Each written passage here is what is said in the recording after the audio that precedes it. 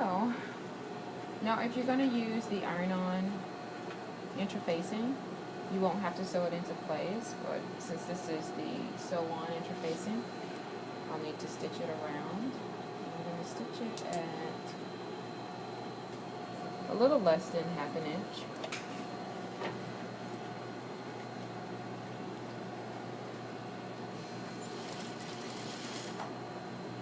And this is more like a basting stitch, just to hold it, so it doesn't move around while I'm sewing.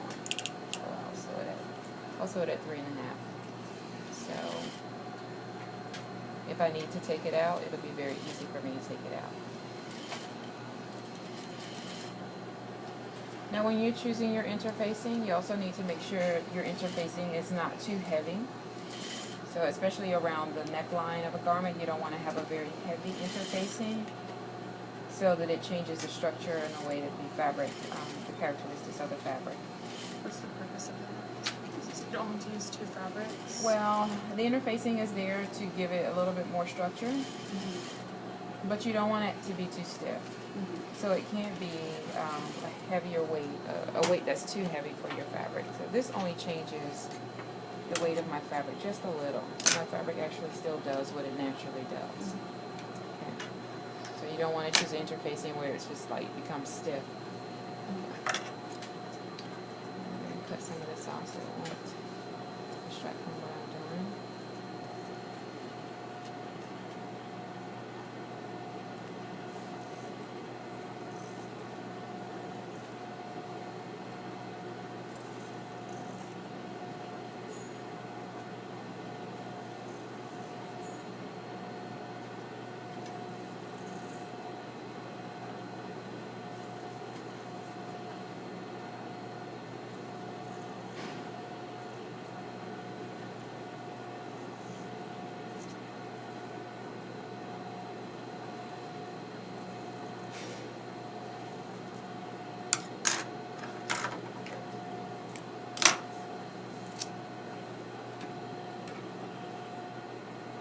Alright.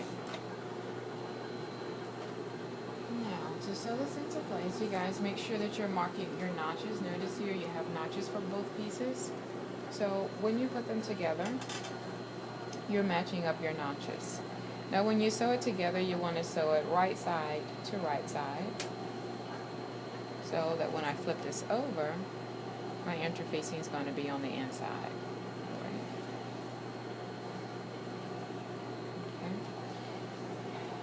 Now, I showed you guys last week when we did the curved dart, we did a stay stitch because the dart there was a bias because it was on a curve. So since this is a neckline, we also have bias here. This is a neckline. If you are going to be making a garment where you have your neckline cut out, you have a curved neckline, or definitely if it's a V neck, you want to make sure that you do a stay stitch so it doesn't stretch or move. So I'll need to do a stay stitch first, and your stay stitch is always at an inch and a half. This is a stitch you're not going to be taking out. So start sewing this a little bit less than ½ inch. So I won't have to worry about taking it out. Is that ½ inch or what? No, it's a little less than ½ inch. So I don't know what that measurement is. But if you notice here where I have the ½ inch line, I'm not on the line, so it's a little bit away from that. And I'm only doing it this way so that it holds the neckline in place, and then also while I'm sewing, when I actually sew it, I won't have to take this out. It's going to be hidden. But if after you finish sewing everything, you see some of your stitches still showing on the outside, then yeah, you're going to have to take them out. So this is going to save me some time.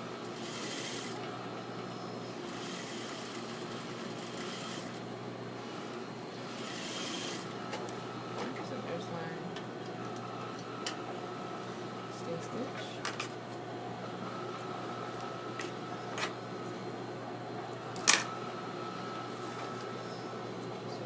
Stay stitch around the neckline. Now I'm ready to sew both pieces together. Now with this curve, The curve around the neck hole is not too steep, it's not too deep. So pretty much the facing and the neckline measure up exactly just right.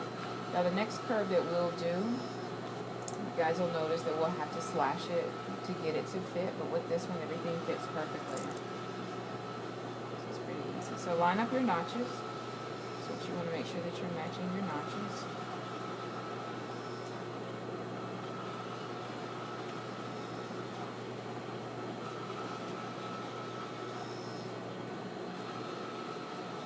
And anytime you're putting two fabric pieces together, you're not putting them together based on the ends of the fabric. The first thing you want to match up is the notches, and everything else will fall into place after that.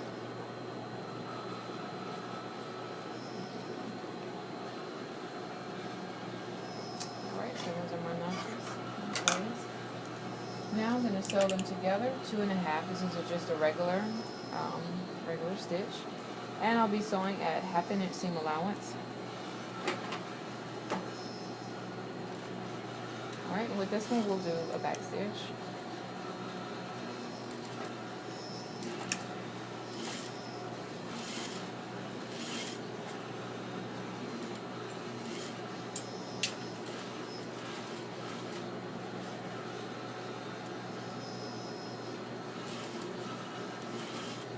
Did you guys finish signing the roll?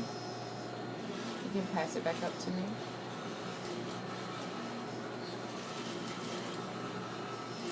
Thank you.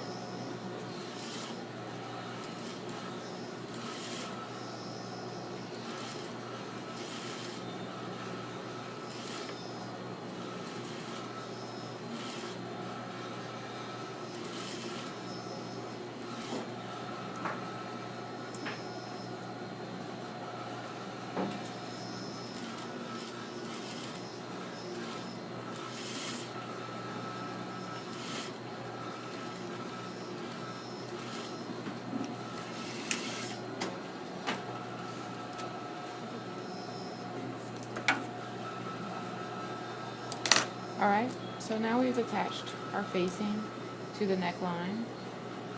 Alright, now the next thing we'll need to do is we're going to press the seam open. We'll need to press the seam open, and we'll also need to fold it back. Now in order to do that, you can tell we have a little bit of resistance. So what we'll need to do is slash. So we'll slash along the curve, and this is going to allow you to fold this backwards easily. So notice that I'm slashing it only within that 1/2 inch seam allowance, but I'm not slashing through my stitch line. So you want to make sure that you stop short of that.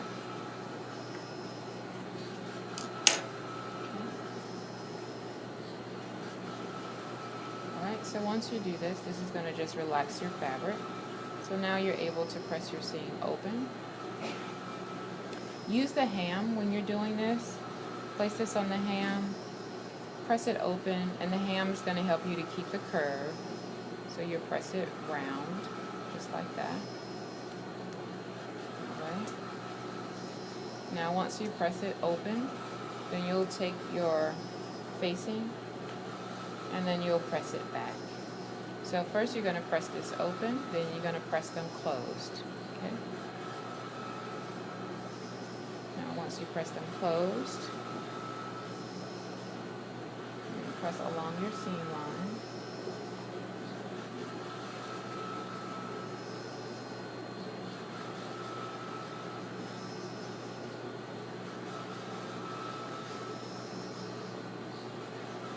Is that like a machine or something?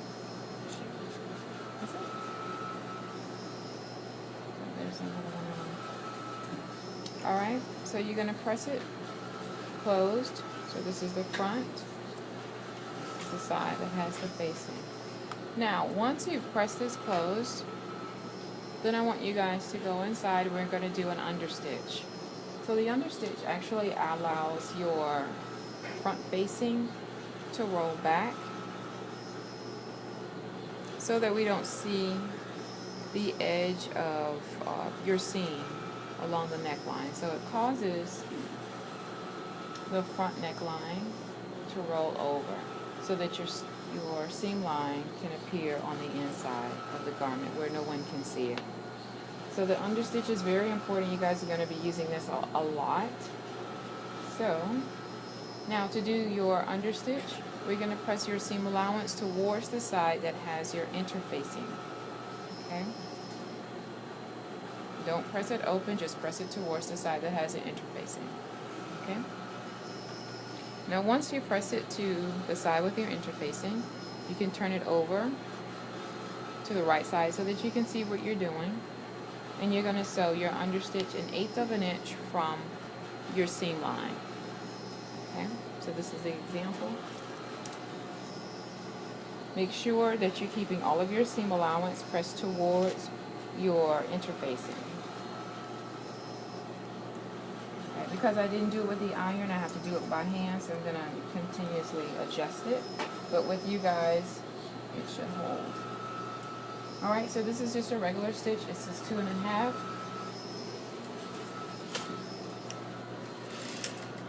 So if you look inside of your garments, you guys will notice that you have an understitch around necklines, around armholes. Are you guys starting to look at your clothes while we're doing these samples? Yes. Sometimes, maybe not. And then just start figuring out how things are made. I had one student who, everything we were making in class, she went to Ann Taylor and she just noticed, she was like, this is the same skirt that we made at $70 in the store. And I know how to do it. And, you know, just try to make those connections about, you know, what you see in the store, what you're actually wearing, so, and what you know how to do.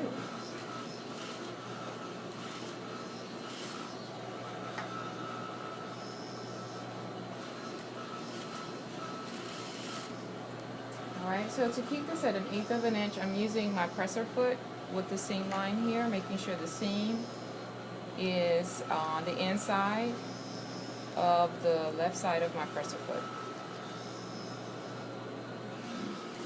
And also making sure all of my seam allowance is pressed towards the interfacing.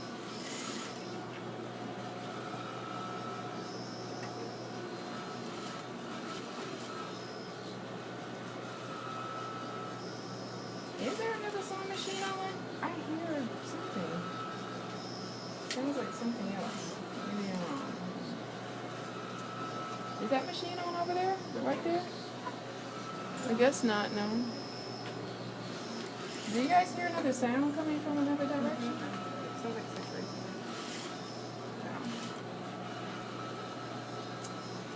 Okay. So we're keeping this 1/8 of an inch all the way around.